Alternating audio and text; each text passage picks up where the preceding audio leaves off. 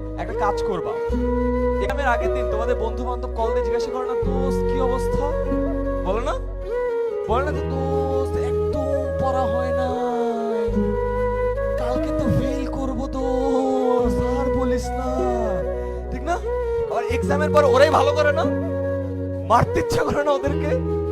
আজকে থেকে একটা কাজ করবা, বুঝছো? এটা সায়েন্টিফিক্যালি প্রুভেন। তুমি যখন হাসো তোমার শরীর থেকে একটা হরমোন নিঃসৃত হয়, এই হরমোনটার নাম হলো ডোপামিন। নাম কি?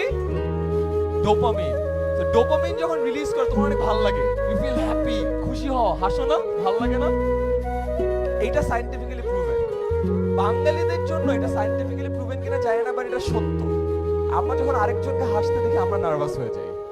তোমার একটা ফ্রেন্ড বলে, দোস্ত আমার পড়া খুব ভালো অবস্থা, তোমার খারাপ লাগে না? ভালো অবস্থা, আমার তো কিছু হবে না। নেক্সট টাইম তোমাকে যখন কেউ ফোন করে জিজ্ঞাসা করে, বলবে যে দোস্ত কি অবস্থা, উত্তর দিবা দোস্ত খুব ভালো অবস্থা। ওই সাইড থেকে অলরেডি নাই, নার্ভাস হয়ে গেছে। কেন দোস্ত তোর পড়া হয় নাই? তখন জিজ্ঞেস করে, দোস্ত তোর সব পড়া শেষ? হ্যাঁ দোস্ত শেষ তো। এন্ড দেখবা নাই।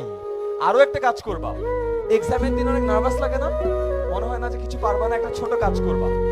যে ছেলেটাকে দেখে মনে হবে ওই যে চশমা পরা ছেলেটা খুব ভালো পারবে, ওকে মনে হয় ফার্স্ট হবে, আছে না? ওর দিকে তাকায় দেখো, একটা স্মাইল দেওয়া, হ্যাঁ